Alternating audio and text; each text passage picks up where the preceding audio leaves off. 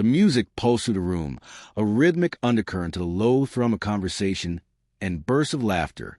The lights were soft, golden, and flattering, casting everyone in a warm, forgiving glow. People swayed to the beat, their bodies loose with drink and joy, weaving from group to group like notes in a familiar song. I stood off to the side, near the snack table, nursing a half-empty plastic cup, its contents now lukewarm and forgotten. From across the room, I watched my wife. She looked breathtaking in her emerald dress, elegant, radiant, utterly at ease in her world.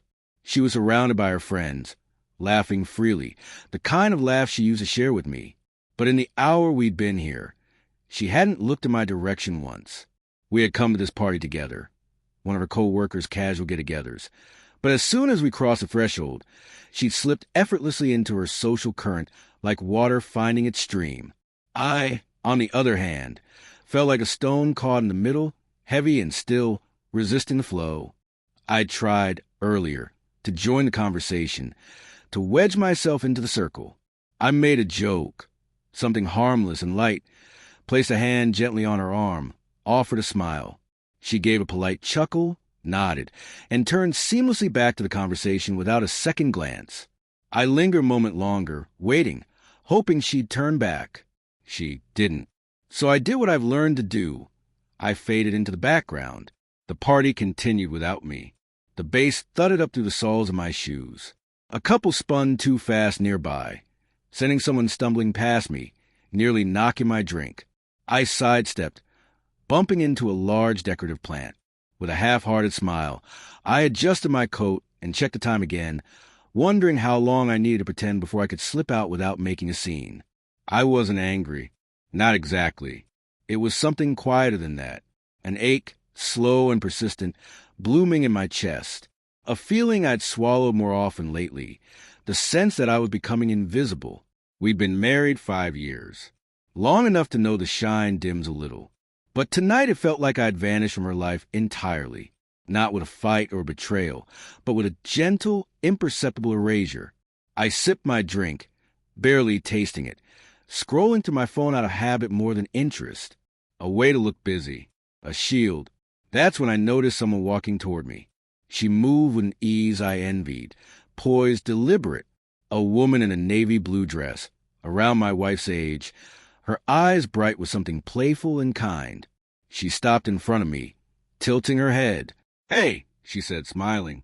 "You look like you're about to disappear into the drywall." I blinked, caught off guard, then gave a weak laugh. "Feels like I already have." She grinned, her gaze lingering. "I've seen you at one of these before. You're Hannah's husband, right?" "Yeah," I said, nodding. "That's me." "I'm Tessa," she said, offering her hand. "We met briefly at that gallery mixer a few months ago." "Oh," I said, shaking her hand. "Right. I remember now." She studied me for a moment. "You okay? You look kind of lost." I sighed before I could stop it, then gave a vague shrug. Just not really my scene. She laughed softly, a sound free of judgment. Mine neither, but that doesn't mean you have to melt into the wallpaper. Before I could respond, she extended her hand again, this time, inviting. "Come on," she said, her smile widening. "Dance with me?" I stared at her. "What?" "Dance with me," she repeated. "You're allowed to have a little fun too, you know." I hesitated, my eyes instinctively drifting across the room toward my wife. She was still laughing with her friends, wine glass raised, her head thrown back in delight. She hadn't looked this way once. Tessa stepped a little closer, her voice gentler now. "Come on, don't overthink it. It's just a dance." Maybe it was the kindness in her eyes. Maybe it was the fact that I couldn't remember the last time someone actually saw me. Or maybe I was just tired of standing still in a place I didn't belong. Whatever it was, I took her hand. The crowd parted slightly as we stepped into the center of the room. The music was loud, enveloping, and I moved awkwardly at first, stiff, uncertain, as if my body had forgotten how to belong in motion. But Tessa didn't mock or correct. She smiled, moving with lightness, drawing me into the rhythm like it was something simple and natural. Her joy wasn't forced or performative. It was honest. Easy. There you go, she laughed, clapping once. See? Not made of stone after all. I laughed, genuinely this time, and let go of the self-consciousness. Something shifted in me, loosening, and I moved more freely, letting the beat guide me. For the first time that night, I wasn't watching the party from the outside. I was part of it. We danced through one song, then another. I lost count. I wasn't keeping time anymore. I was just there, present, laughing, breathing, seeing. Eventually, I looked across the room again and saw her, my wife. Her smile had faded. She stood still, her wine glass untouched now, her eyes locked on me. Her expression was unreadable, neither furious nor indifferent, just focused, not on the crowd, not on her friends. On me. I didn't stop dancing, though my movement slowed. Something twisted in my chest, guilt, vindication, confusion. I didn't know what to call it. I only knew it burned. The music ended. Tessa leaned in, her voice soft near my ear. Thanks for saying yes. I looked at her and meant every word when I said, no, thank you. I needed that. She smiled, gave my shoulder a reassuring squeeze, then turned and disappeared into the crowd as effortlessly as she'd come. I stood there for a moment, suspended between whatever had just happened and whatever came next. Then I felt a familiar presence beside me. My wife. She was quiet at first, her gaze unreadable. You were dancing, she said eventually. I met her eyes, the air between us thick, with all the words we hadn't said. Yeah, I answered simply. With Tessa, she asked. She asked me, I said, pausing.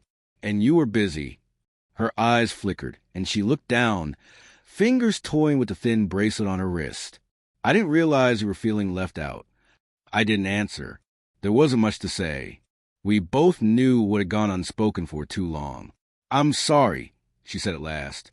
Her voice was quieter than usual, stripped of all the casual ease she'd worn earlier. I got caught up. I nodded. It happens. We stood there in silence. But for the first time that evening, she wasn't looking past me or through me. She was just looking at me. Then, almost hesitantly, she asked, Do you want to dance? I hesitated. The music had softened, something slower now. I searched her face.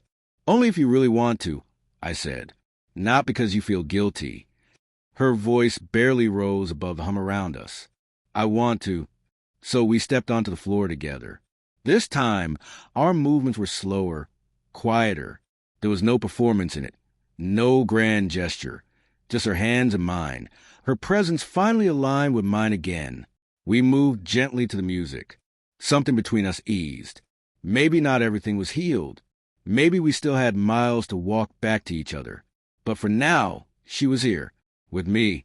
And that was enough for tonight.